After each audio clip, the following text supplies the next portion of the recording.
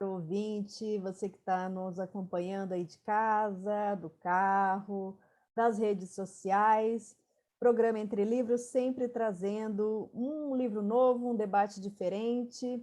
Hoje nós estamos aqui com a autora Neida Cardoso, ela que é graduada em Ciências Físicas e Biológicas e tem licenciatura em Matemática. A Neida também é voluntária da Conscienciologia. Esse livro é um livro conscienciológico, Síndrome da Dispersão Consciencial, Abordagem Evoluciológica. Então, esta é a obra lançada pela Editares, a editora aqui da Conscienciologia, e a gente vai, então, saber um pouquinho.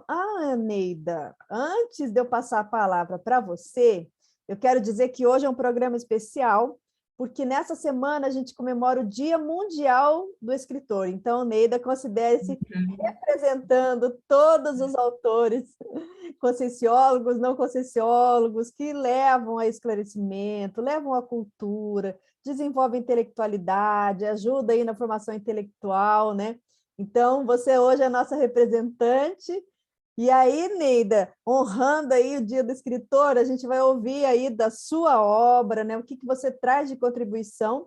E a primeira pergunta que a gente quer fazer, que é óbvio, né? Assim, o que é a síndrome da dispersão consciencial? Bem-vinda. Bom, em primeiro lugar, eu gostaria de agradecer o convite, né, muito amável da Rose, participar aqui desse programa, agradecer também à RCI e aos ouvintes dessa rádio. E aí vamos tentar responder as questões aí, né? Bom, já que estou aqui representando, né, a categoria, né, vamos aproveitar aí. Bom, em relação à obra, a síndrome da dispersão consciencial, o que significa, né, essa síndrome?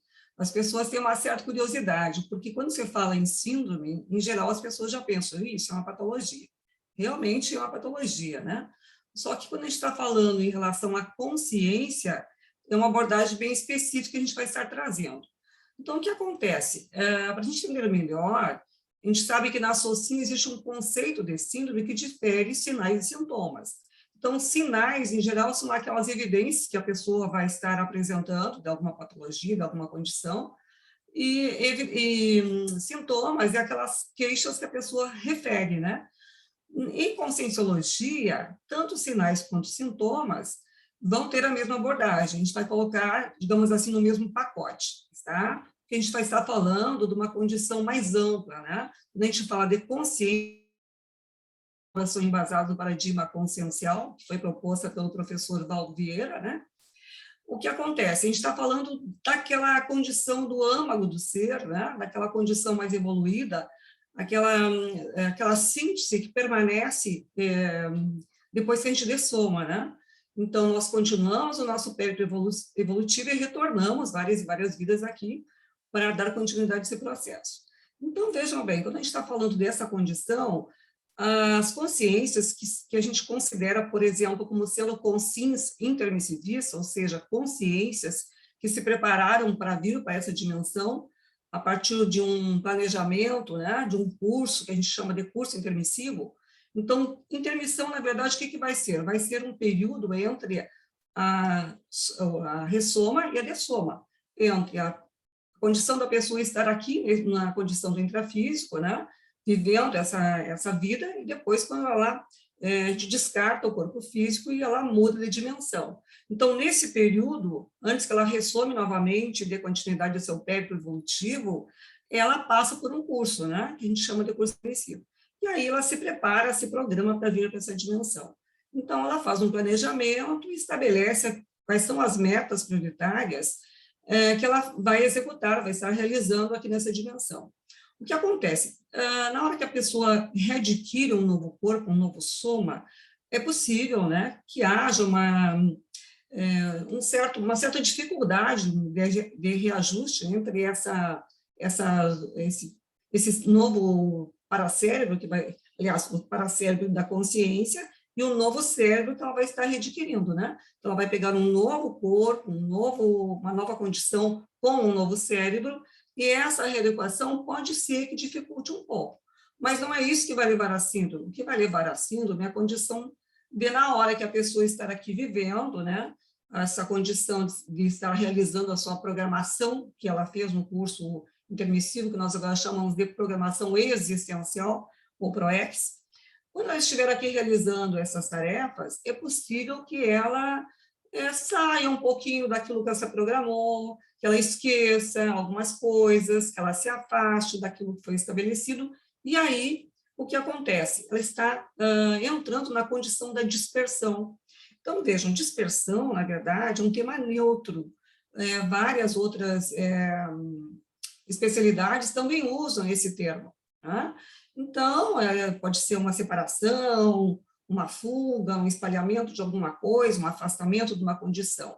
Mas quando a gente está falando de dispersão consciencial, a gente está se referindo à condição da consciência que saiu daquela programação específica que ela tinha estabelecido.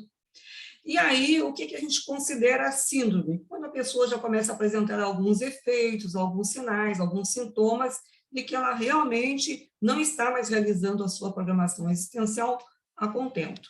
Então, é isso que a gente considera a síndrome da dispersão consciencial nessa dimensão.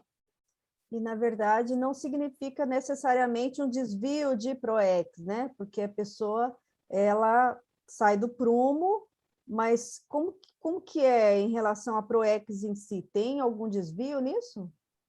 Na verdade, isso é um desvio, né? A pessoa estava aqui, ela se programou para fazer a sua programação existencial. Na hora que ela se afastou, vamos chamar isso de uma estrada, né? Ela estava caminhando por ali e ela saiu. Então, houve um desvio, né? Houve um afastamento. Isso a gente considera como sendo uma dispersão consciencial. Para que ela possa estar retomando para a sua condição, né? Para que ela consiga retomar para a sua ProEx, realizar a contento as suas metas, ela vai ter que estabelecer algumas condições, vai ter que fazer autopesquisa, por exemplo, né? Utilizar algumas técnicas que a gente conhece também aqui dentro do paradigma consciencial para que ela possa estar realizando. Então, a gente entende o seguinte, a partir da pesquisa que eu realizei, eu posso estar afirmando o seguinte, a gente sabe que essa condição existe, mas sabe também que é possível a gente fazer uma reversão, porque na hora que a gente se autopesquisa, se autoconhece, né, a gente começa a entender como é que a gente funciona e de que maneira a gente vai poder estar nos melhorando. Mas, para isso, a gente precisa realmente colocar a mão na massa, né, e se propor realmente fazer essas mudanças para sair dessa condição. Agora, Neida, você coloca aqui uma definição, né, de síndrome da dispersão, e aí você coloca síndrome da dispersividade, que é tudo a mesma coisa, né? Achei que eram conceitos diferentes. Agora, você cita várias síndromes que têm uma relação, né, direta com a síndrome da dispersão, por exemplo. Banalização do autodiagnóstico. Qual a relação disso com a síndrome da dispersão? Banalização do autodiagnóstico. Só para pontuar antes, que assim, a gente vai estar falando de síndrome da dispersão consciencial e também de dispersão consciencial ou dispersividade consciencial como sinônimos, tá? Aí, o que acontece? No livro, está com algumas correlações sindrômicas, né? Porque o que acontece? Quando a pessoa tem essa síndrome da dispersão consciencial e tem algumas outras, elas podem fazer uma interação mais patológica, ao modo de uma comorbidade, quer dizer, um sinergismo meio patológico, aquilo que reforça aquela condição. Então, nisso que você perguntou, do exemplo da síndrome do autodiagnóstico, né? Não é... Banalização do autodiagnóstico. Quer dizer, a pessoa sabe o que ela tem. Então, poderia ser o diagnóstico da síndrome da dispersão, pode ser de outra condição também. A pessoa sabe daquilo que ela já fez a sua pesquisa, já se reconhece. Então, se a pessoa não parar para pensar, estabelecer um planejamento e sair dessa condição, ela vai continuar. Então, quer dizer, ela banaliza a informação que ela recebeu a partir da autopesquisa e ela não faz nada. E isso potencializa, ela continua fora do leito da estrada, como a gente colocou no começo.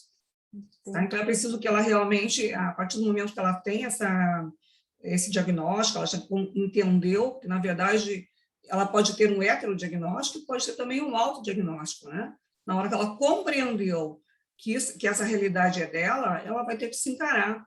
O que acontece? Seria muito bom, Rose, que alguém pudesse fazer isso pela gente, né?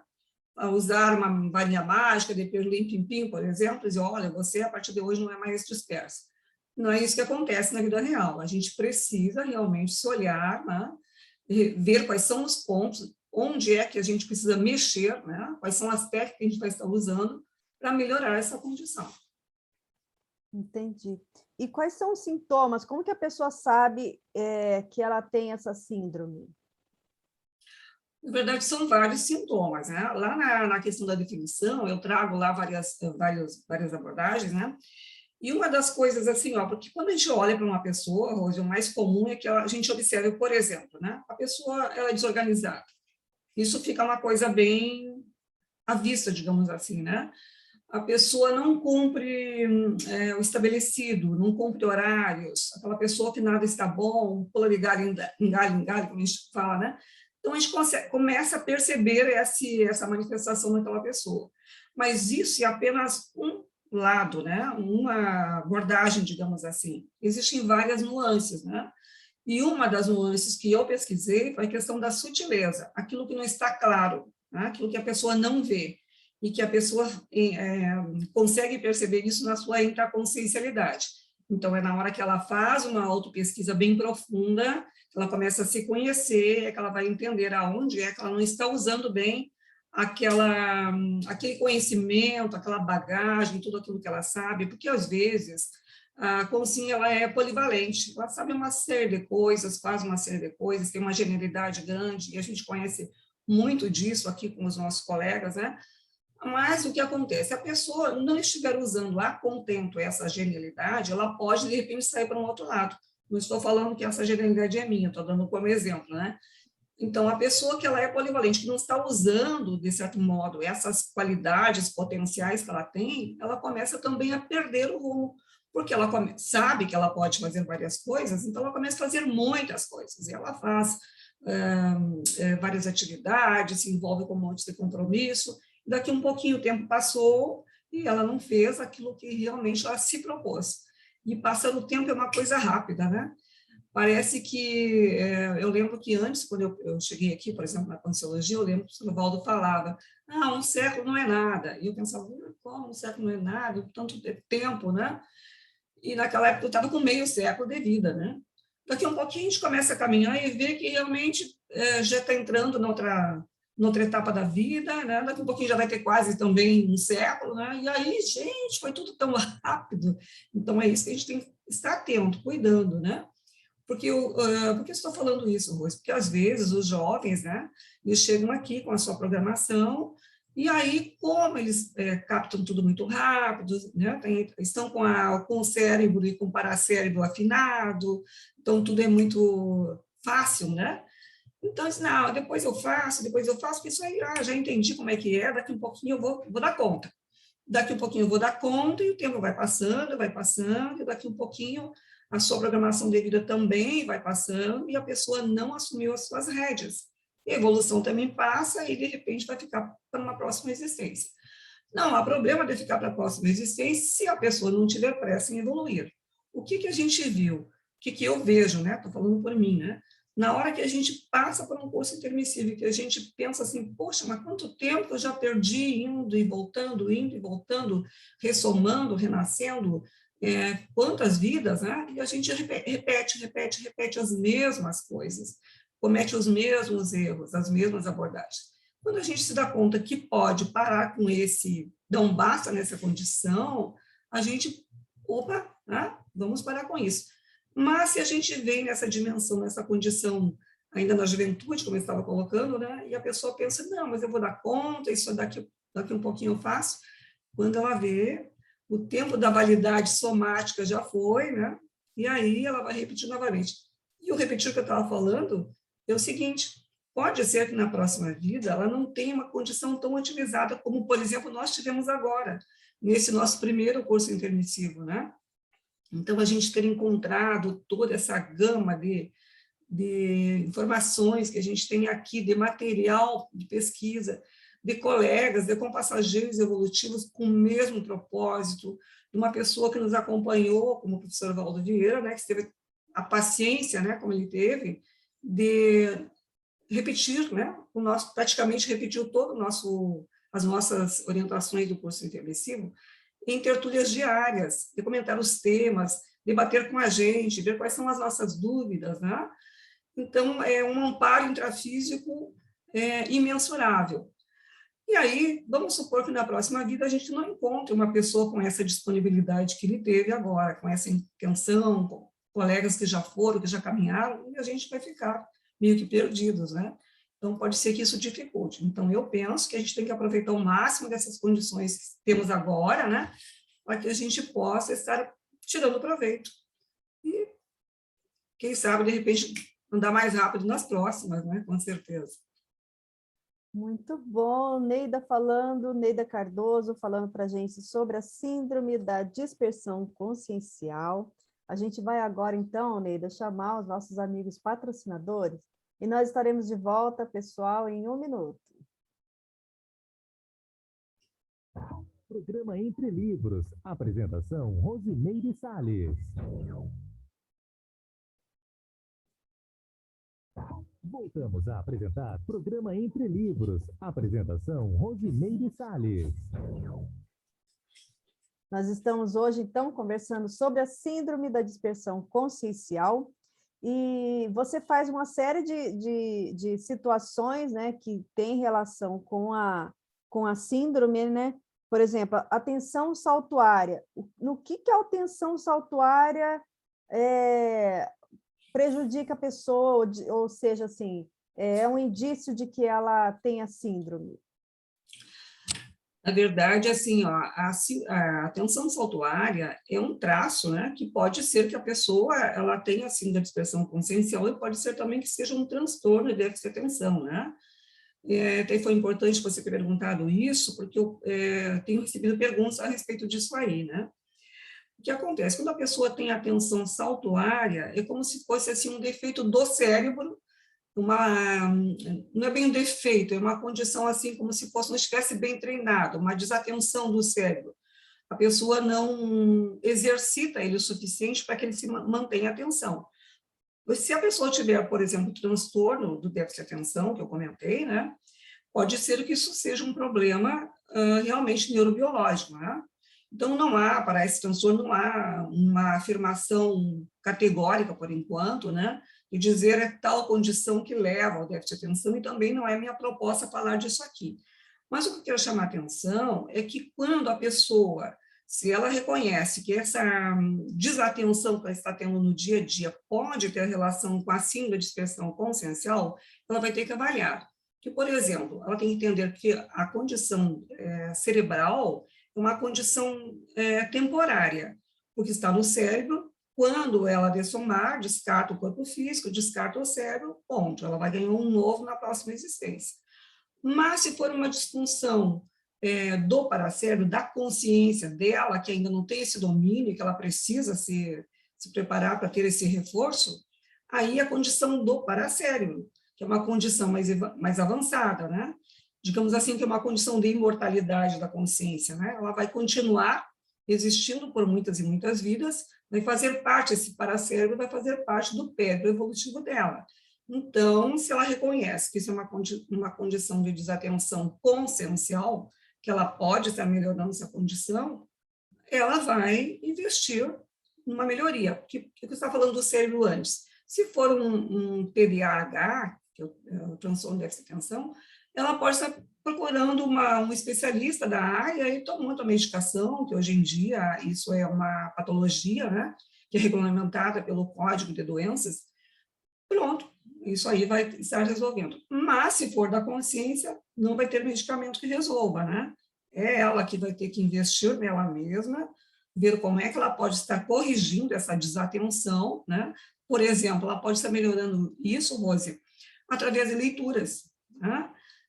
Nada como a pessoa trabalhar com mental soma, focar a sua atenção no livro, por exemplo, numa boa leitura, para que ela consiga manter esse foco. eu ouço pessoas falando assim, olha, às vezes eu estou lendo um livro, e aí quando chega lá talvez na primeira página também, né, a pessoa já esqueceu do que ela leu. Então, quer dizer, a pessoa ainda está com esse déficit dessa atenção de foco. Então, a pessoa precisa voltar à página, ler de novo. Então, eu tenho um autor, o Daniel Goleman, que ele fala o seguinte, que o cérebro é como se fosse um músculo, né? Assim como a gente faz treino na academia para fortalecer a musculatura do corpo, é importante que a gente exercite também essa atenção. Então, o que ele sugere? Que quando a gente percebe que a nossa atenção saiu daquilo que a gente estava fazendo, da leitura que eu comentei como exemplo, que podia ser outra coisa também, a pessoa volta de novo e retoma aquilo novamente. Volta quantas vezes for necessária para ir reeducando a atenção dela. Uma outra coisa que acontece também com essa desatenção, em relação ao que a gente ouve, a pessoa está ouvindo alguém falar, está conversando com outro, mas não está ouvindo realmente, né? A atenção já foi para outro lugar, que é a questão saltuária que você está falando.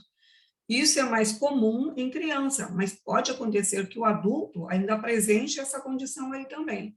Então, na hora que ela identifica que não é uma questão somática, ela tem que investir nessa reeducação através de técnicas. Uma das técnicas que me ajudou bastante também, Rose, foi a questão do meu voluntariado, né? Eu sou voluntária já há mais de 20 anos na Conscienciologia, e eu voluntario na Enciclosapis, onde a gente trabalha, né, com revisão.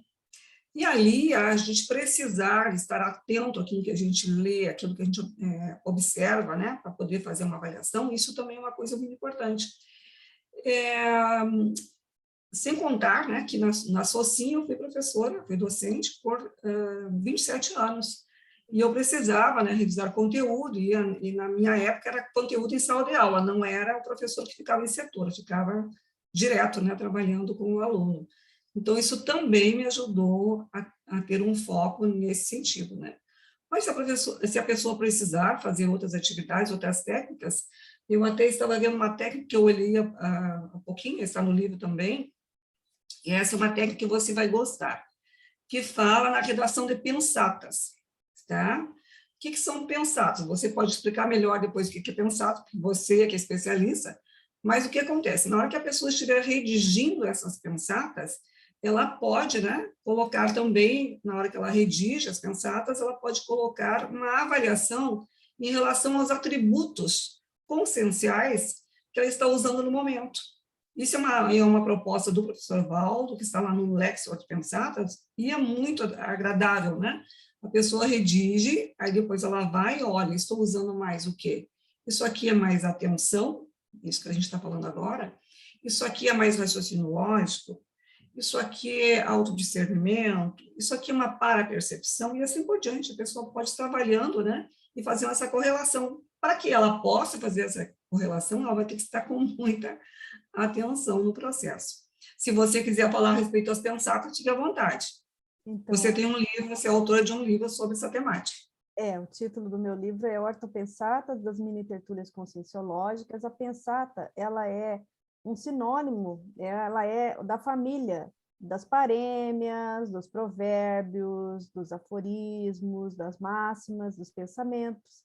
Mas o professor Valdo Vieira, ele deu um qualificativo para isso, e ele criou um termo novo, que não existia no Brasil. Então, pensata, ele significa tudo isso, mas lá na Itália. Aqui no Brasil, ele se apropriou desse termo para chamar de pensatas aquelas provérbios, aforismos e tudo mais, que têm um conteúdo conscienciológico, que tem uma abrangência a partir do paradigma consciencial. Então, são frases, são parágrafos sintéticos que sintetizam, que representam uma ideia, né, ou associações de ideias, mas que sejam autossuficientes no sentido de ter um começo, um meio e um fim em si. Então, é uma ideia, né, fechada, digamos assim, em poucas linhas, que traz um arcabouço de ideias que tem relação com a vivência pessoal, ou que a pessoa observa do mundo, né, sob o paradigma consciencial. Então, o professor Valdo indicou muita leitura, para desenvolvimento de vários atributos mentais, né? E realmente é muito bom você ter colocado no seu livro, porque com certeza a pessoa, a hora que ela começa a escrever, ela mantém o foco, ela usa da sua inteligência, da associação de ideias, né? Da concentração. Então, realmente faz bastante sentido isso, né? Agora, Neida, você fala também aqui da questão dos efeitos, né? Os efeitos da síndrome da dispersão. Você pode falar, assim, alguns para a gente? Posso. Eu até listei aqui, eu sabia que essa pergunta ia surgir, né? E uma coisa que eu acho importante a gente falar, porque é bem relevante, né? Eu cito 4 efeitos que eu acho que a gente não pode deixar de falar. Que é assim, o primeiro que eu vejo, a questão da dissipação de esforços, né? Aquilo que como eu falei no começo, quando a pessoa se prepara, vem com todo o gás aqui para fazer as suas tarefas, aí a pessoa vai para outro lado. Por exemplo, pode ser que ela vá para o workaholismo, por exemplo. Ela se torna um workaholic, ela enfia a cabeça no trabalho, ela faz muita coisa, produz muito, mas a sua programação existencial ficou para outro lado. Então, a gente chama isso de esbanjamento, de perdularismo, né? Seria o primeiro tópico. Aí eu recomendo, né, para quem tem interesse nessa questão da coragem de investir nisso aí, o livro do professor Luciano Vicente, né, que fala de coragem para evoluir. A questão do desperdício das oportunidades, que eu tinha comentado também antes ali, né? Então, esses são os que eu considero mais importantes. Quando a pessoa tem as companhias evolutivas que ela não valoriza, que eu tinha comentado antes, né? Isso eu considero uma autossabotagem, um autodesperdício.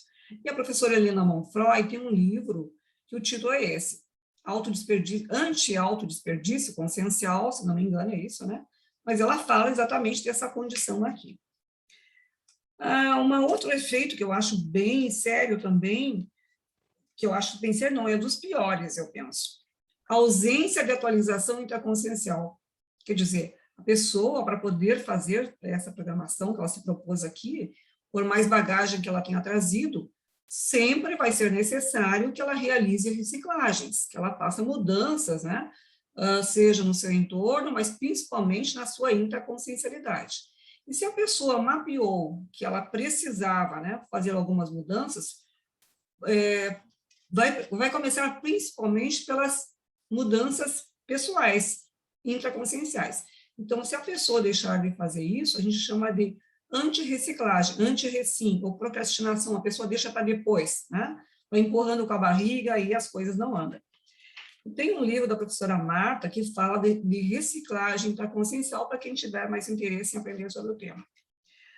E a questão das companhias evolutivas, que a gente tinha comentado antes ali, né? Porque, vejam bem, há um investimento muito sério da equipe extrafísica, daquelas consciências que nos prepararam para estar aqui, né? Elas deram aulas no extrafísico, prepararam, nos orientaram e falaram, olha, isso aqui vai ser mais importante para você, isso aqui é uma programação que você deveria seguir, não nos impõe nada, mas nos sugerem, nos orientam e nos dizem qual seria, né, por onde deveríamos caminhar.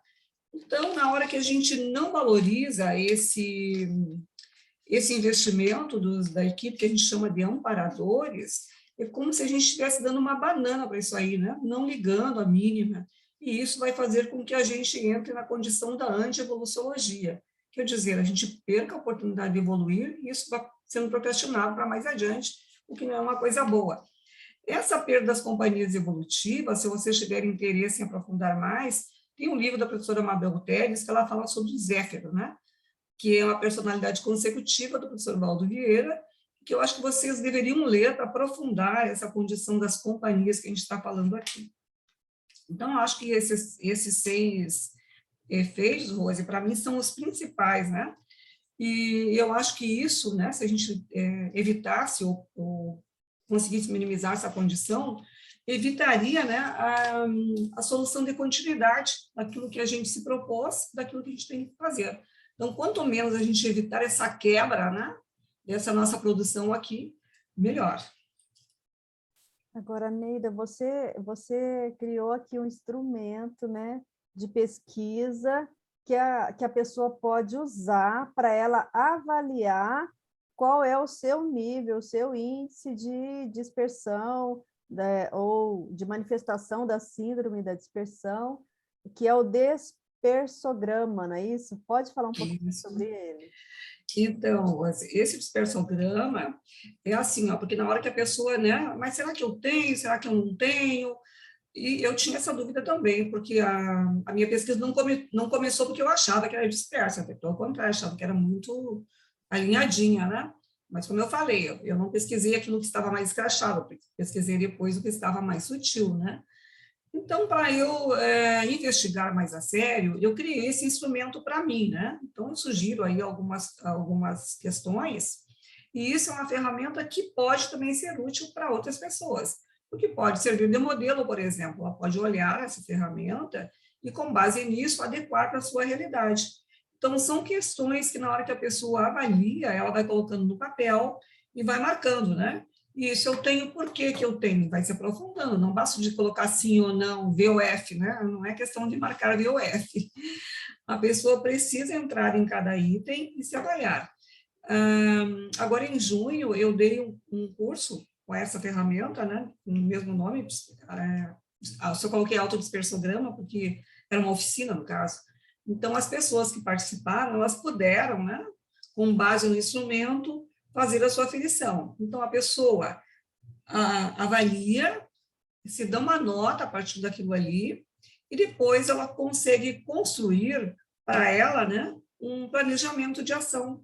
Em quais áreas ela vai precisar investir mais para que ela possa estar superando a condição. Então, eu coloquei, aí na obra, eu coloquei 20 áreas, lá na oficina eu coloquei 10, porque o tempo era mais exíguo, né? Mas aí a pessoa pode estar colocando outras áreas também, vai depender da sua realidade e estar aprofundando mais. Eu acho que as pessoas poderiam desfrutar muito se fizessem uso dessa ferramenta, que é muito simples também, né? Não é nada complicado, não. Só que exige que a pessoa realmente se dedique a isso. Além do dispersograma, Rose, não sei se eu posso falar de algumas outras técnicas. Pode, por favor. Eu acho que uma coisa que ajuda bastante é a questão da pessoa aprender a pensar, a refletir. E o professor Valdo, ele trouxe uma técnica que eu achei muito interessante na época que ele trouxe, e fiz uso dela, que é a técnica das 5 horas de reflexão e autorreflexão. Então, a pessoa escolhe um horário, ou no laboratório, ou na sua própria casa, mas é um espaço de tempo em que ela não vai ser interrompida, né? Ela já avisa, de repente, se for na sua casa, que ela não pode ser interrompida naquele período, e ela se isola, fica ali, né? Escolhe o tema, vamos supor, ele achou que ela está está apresentando dispersão na área, vamos colocar da docência, por exemplo. Acho que ela não está aproveitando bem essa oportunidade, essa ferramenta que pode ser útil para melhorar essa condição da dispersão. Então, ela vai começar a pensar sobre aquilo ali. E ela estabelece várias questões, quer dizer, ela fica pensando. Primeiro, né, vai trabalhar com o estado vibracional, né, vai fazer bastante uma limpeza bioenergética, vai montar o seu campo, que a gente costuma chamar de campo bioenergético, para se preparar para aquela reflexão. E coloca lá um despertador para despertar daqui a 5 horas e fica lá pensando, né? Mas por que que é assim? Por que que não? E vai estabelecendo questões. Porque na hora que a gente se dispõe a pensar, a refletir, uma questão leva a outra. Não é aquela coisa a gente ficar ruminando, como eu costumo falar. Acho que a expressão ruminando é uma coisa que caracteriza bem, porque é uma expressão meio bovina, né? A pessoa repete a mesma coisa. Isso não leva a nada, isso se chama de autoassédio, né? Refletir é pensar, usar o autodiscernimento, usar a pensanidade, usar o raciocínio lógico e saber por que uma questão leva a outra. E de que forma que a gente pode estar usando também aquilo que a gente já sabe, por exemplo, a nossa bagagem, de que forma usar também os nossos trafores, que são os nossos traços força, para a gente sair daquela condição. Porque usar da vitimização é fácil, né? Todo mundo sabe fazer, todo mundo sabe usar o psicossoma, não precisa ensinar. Mas o que a gente precisa mesmo se empenhar no desenvolvimento do mental soma. Então, eu não falei aqui, mas eu acho que vocês já estão sabendo, né, a respeito do paradigma consciencial, que ele aborda a questão dos veículos de manifestação da consciência. Então, o soma é esse corpo rústico que a gente vê, que a gente trabalha no dia a dia com ele aqui, e que ele exige bastante ocupação da gente, né? Psicossoma, que é o corpo das emoções, o corpo energético, né, que é o corpo das energias, e o corpo das ideias, do pensamento, da racionalidade, que é o mental soma. Então, é isso que a gente precisa burilar mais, exercitar mais, que essa condição da racionalidade é que não vai nos tirar do buraco. Eu penso que, se eu não tivesse não tivesse atuado nessa vida como docente, seria bem complicado para mim ter aproveitado o mental soma. Mas eu vejo que isso me ajudou muitíssimo, né? Eu sou muitíssimo grato por essa oportunidade que eu tive nessa vida. Inclusive, eu entendia que era pelo corpo das ideias, independente de eu conhecer a Conscienciologia antes ou não, que era pelo corpo das ideias, pelo uso da racionalidade, que as pessoas poderiam progredir. E sempre estimulei os meus alunos para que fizessem isso, né? E vejo que, felizmente, eu estava no caminho certo. Posso ter passado por um certo desvio, vamos chamar assim, que eu estava falando da questão do afastamento, né? Eu cheguei um pouco tarde, digamos assim, nas ideias da Conscienciologia, mas isso não foi um problema para mim, porque na hora que eu identifiquei que eu poderia estar aproveitando as oportunidades que eu tinha à mão, e eu fiz uso delas, isso me ajudou muitíssimo, inclusive com a bagagem que eu já trazia antes. Eu acho que isso me favoreceu. Então, cada um veja em si o que é que ele tem que pode favorecer, porque a gente tem uma bagagem muito grande e nós herdamos de outras vidas, não é? E a gente costuma dizer que isso é uma bagagem pluriexistencial e que vem acoplada na nossa paragenética, né? Então, a gente tem a nossa herança dos genes, né?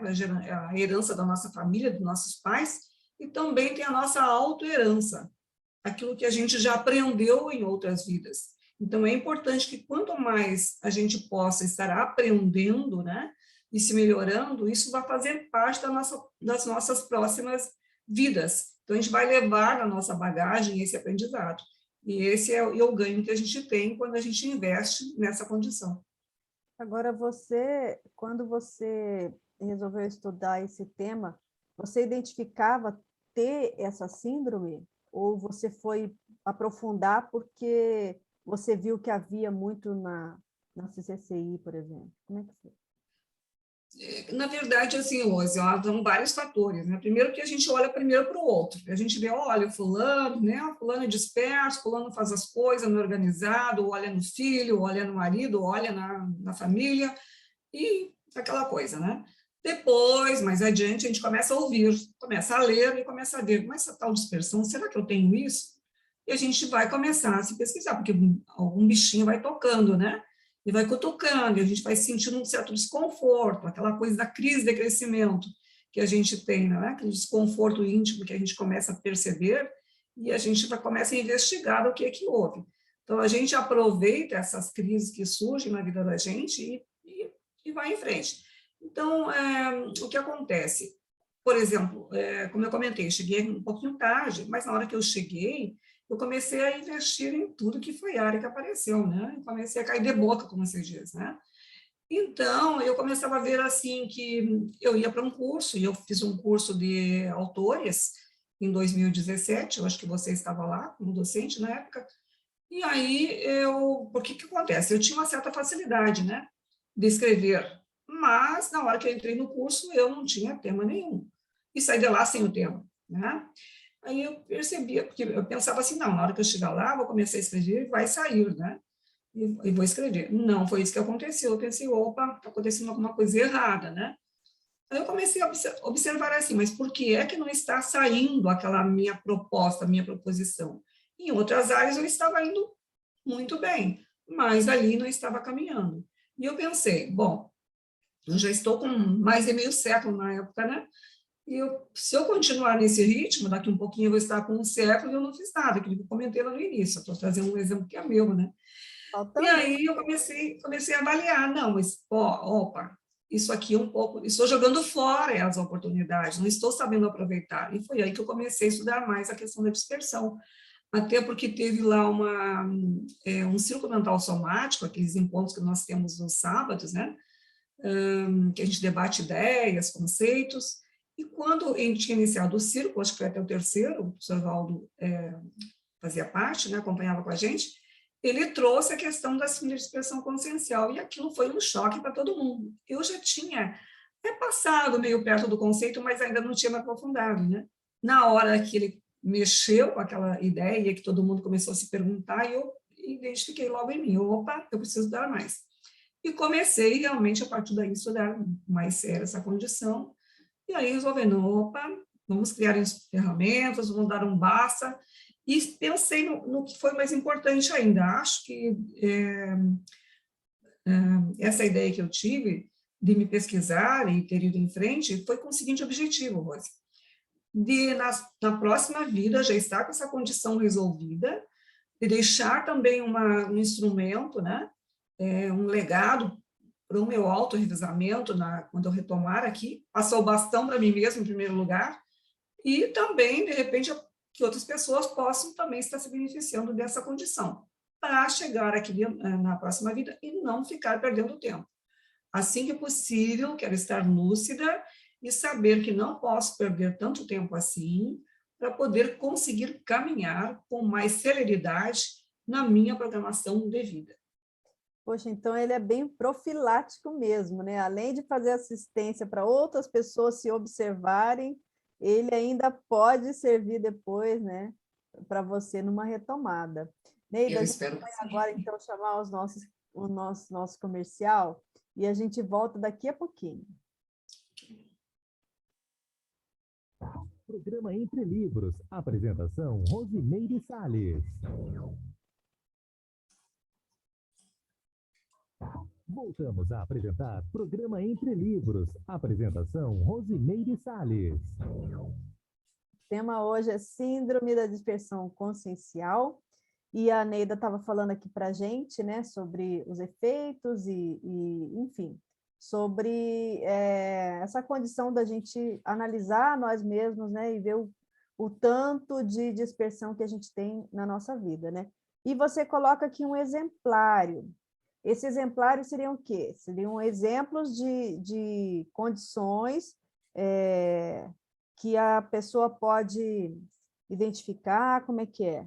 São as pensadas? Na verdade, aí, o que acontece? Aí são perfis, né, que eu listei, são 16 perfis que eu listei, né, com base nos sintomas que a pessoa possa estar apresentando, ou na condição que eu observei, seja em mim, seja em outras pessoas, em outras condições, e aí coloquei como perfil. Então, cada um dos perfis, cada perfil que aparece aí, mostra, né, como é que pode ser que a pessoa esteja manifestando essa condição. Então, eu penso que na hora que a pessoa olhar esses perfis, pode ser que ela se identifique com algum desses, né? Pode ser com nenhum, por exemplo, que bom, né? Mas se identificou com algum, ela vai ter que correr atrás, né? Como a gente costuma dizer. Já que você falou nisso aí, eu fiquei pensando também agora, Rose, a questão, né, do momento que a gente está vivendo agora, né? Dessa questão da era da comunicação, da era digital, que é uma mão na roda, né? É uma coisa que ajuda muitíssimo aos nossos desempenhos, aos nossos compromissos, a comunicação e tudo mais. Mas, na hora que esses meios digitais, principalmente as mídias sociais, são mal utilizadas, quando a pessoa fica muito tempo nas redes sociais, isso já é uma forma de dispersão que, com certeza, não vai ser positivo para ninguém. E nesse momento de pandemia também, onde as pessoas precisam ficar muito em casa, felizmente agora já estão retornando, né, às atividades quase normais, mas o tempo todo que as pessoas ficaram e que poderiam ter aproveitado para fazer outras coisas úteis, muita gente ficou andando na rede, zapeando, Netflix, etc, etc. Não estou dizendo que não possa, não é proibido, né? Cada um é livre para fazer as suas escolhas. Mas o que a gente está querendo chamar a atenção é em relação à qualidade dessas escolhas, daquilo que vai dar frutos para nós, né? Que vai ser importante, que vai ser produtivo.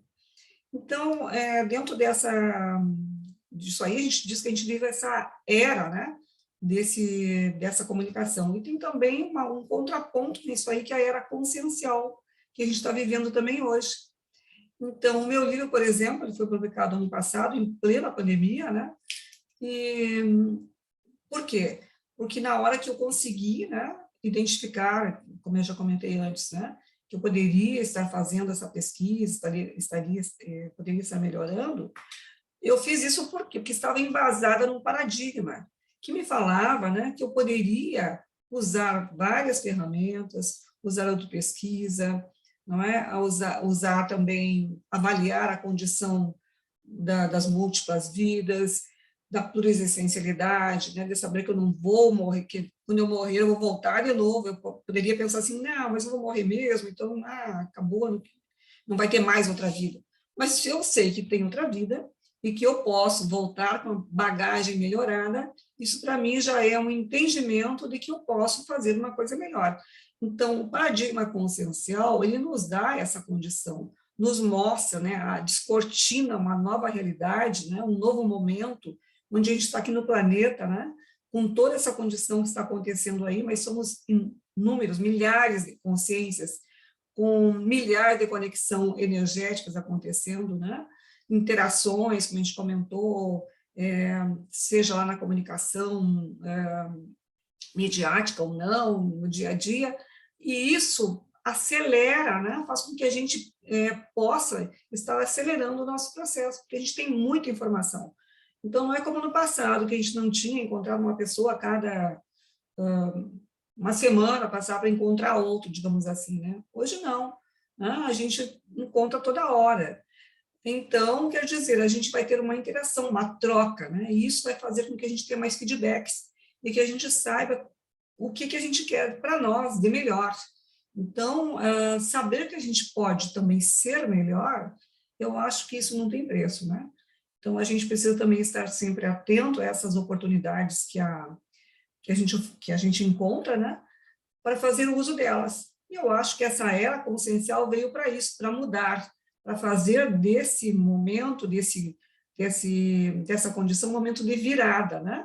A pessoa aproveitar toda essa gama de possibilidades e realmente fazer a diferença na sua caminhada, na caminhada do seu entorno, da sua família, do seu grupo, daquelas pessoas que ela considera como relevantes, e que isso possa reverter também nas suas próximas jornadas, que as coisas continuam, né?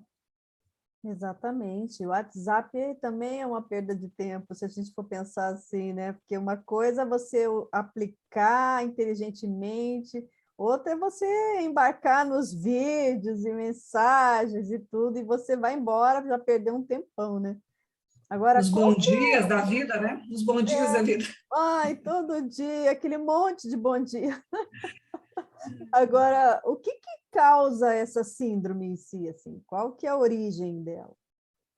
Bom, na verdade, Rose, assim, ó, quando a gente estabelece efeito, estabelece sintomas e causa, a gente estabelece pro forma didaticamente, tá? Pode ser que tudo isso não seja exatamente numa mesma ordem, mas eu estive pesquisando e querendo entender qual era a raiz disso aí, né? Na verdade, qual seria a raiz da dispersão? Por que a gente tem essa condição?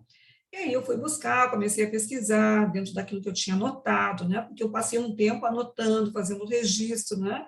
Consultando o que eu já tinha antes, e aí fui entender algumas coisinhas. Então, eu coloco como hipótese, no livro eu trago 4 hipóteses, podem ser outras, mas eu trago o seguinte: a primeira é a questão, assim, do autoassédio. O que é esse autoassédio? É aquela condição onde a pessoa, ela não anda, e não anda porque ela não se ajuda, né? Então, ela, por exemplo, se vitimiza. Vamos supor assim, eu percebi que eu não tenho muita atenção. Então, eu não estou lendo o livro direito, não estou focando minha atenção, que é uma coisinha pequena que eu peguei, né? Um negocinho pequeno. E a pessoa, mas eu sou assim mesmo, na minha família todo mundo eu vou continuar assim mesmo, pronto. Então, a pessoa se acomoda, se vitimiza. Mas se a pessoa ela começa a repetir esse tipo de comportamento, o que vai acontecer? Isso vai gerando um autoassédio. O que é um autoassédio? A pessoa vai repetindo para ela, que vai ficar sendo um mantra negativo, né? Que ela acha que ela é aquilo mesmo. E com isso também vai se associando com outras consciências, consciências com o mesmo padrão, que a gente chama de consciências que já somaram, que tem esse padrão, e que têm interesse, às vezes, em aprender, mas que percebem essa condição, aí elas também, mas eu também sou assim, olha, mas... E outra coisa também, não precisa nem ser consciência, né? A gente tem aquele princípio dos afins se atraem. Com que tipo de padrão que a pessoa vai se associar? Com amigos que também têm esse padrão, não é? Que também pensam do mesmo jeito. E com isso as coisas não andam. Então, a pessoa vai ter o autoassédio e também o heteroassédio, porque o outro vai dizer para ela, não, é isso mesmo, né? É muito chato essa coisa de atenção, é muito chato essa coisa de autopesquisa. E aí vai aquela condição, né? Então, primeira coisa, eu acho que essa condição que a pessoa tem que avaliar bem, né? E colocar na sua autopesquisa e entender como é que ela vai sair disso aí. Que o link com essas condições mais patológicas, com certeza vai existir. A questão também que eu trago, a questão da autocorrupção, que, como eu estava falando antes, na hora que a pessoa diz, isso é assim mesmo, não vou fazer mesmo, não quero mudar, então a pessoa está se acomodando, e com isso, ela também está fazendo esse link com essas companhias com o mesmo padrão, por exemplo, assim, mas é melhor eu ir para o barzinho, né? Ficar lá jogando papo fora, fazendo alguma coisa assim, e aí o tempo vai passando, como eu disse, né? A pessoa não aproveita mesmo, então a pessoa, além de estar sendo corrupta com ela mesma, ela também está se afinizando com padrões, né?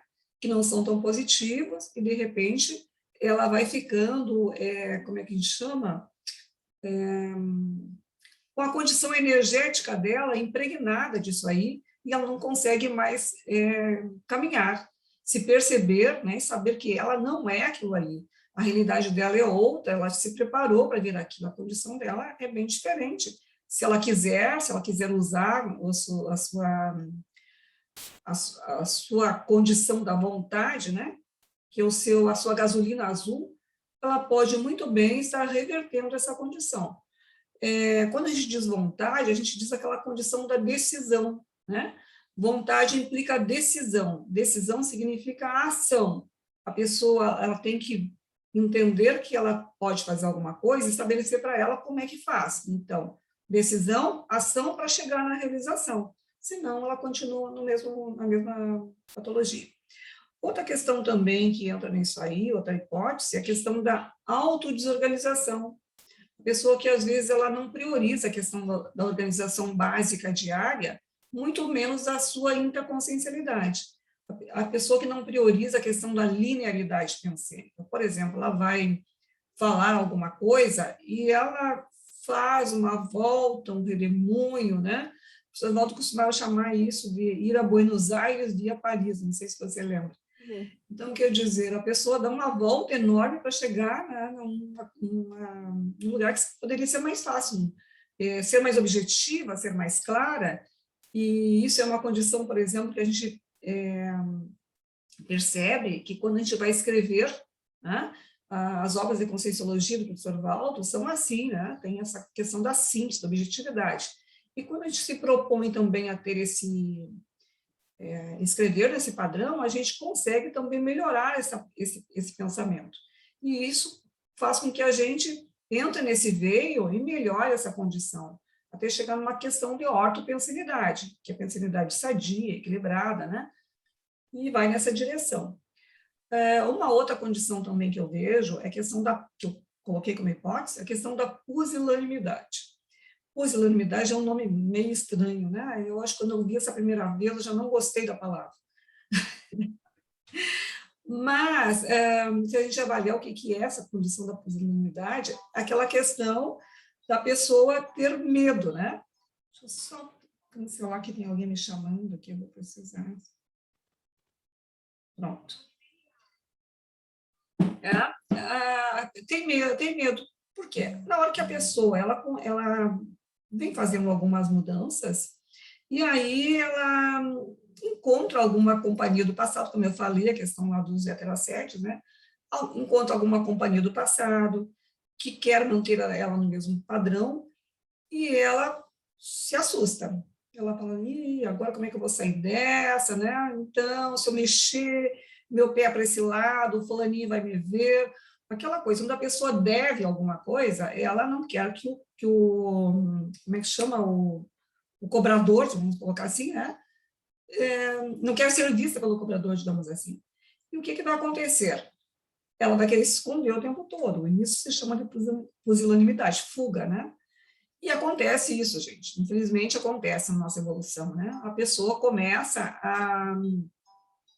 a perceber essa condição e ela vai ter que dar um jeito, né? Então, se a pessoa não tiver seriedade, não tiver realmente uma condição de vontade, de equilíbrio, não é? De trabalhar com as suas energias, de centrar, de fazer uma reflexão de 5 horas, de saber que ela é uma consciência, ela não é o soma, ela não é o psicossoma, não é as emoções dela, não é também apenas o corpo energético, ela tem o mental soma, que favorece, que oportuniza, né, que a consciência dela atue nessa dimensão de uma forma melhor, na hora que ela entender desses conceitos e colocar isso em prática, é isso que vai estar ajudando ela a reequilibrar as suas ideias, seus pensamentos, e com isso ela conseguir sair dessa condição da síndrome de dispersão consciencial. No livro eu trago também outras técnicas, outras condições, né?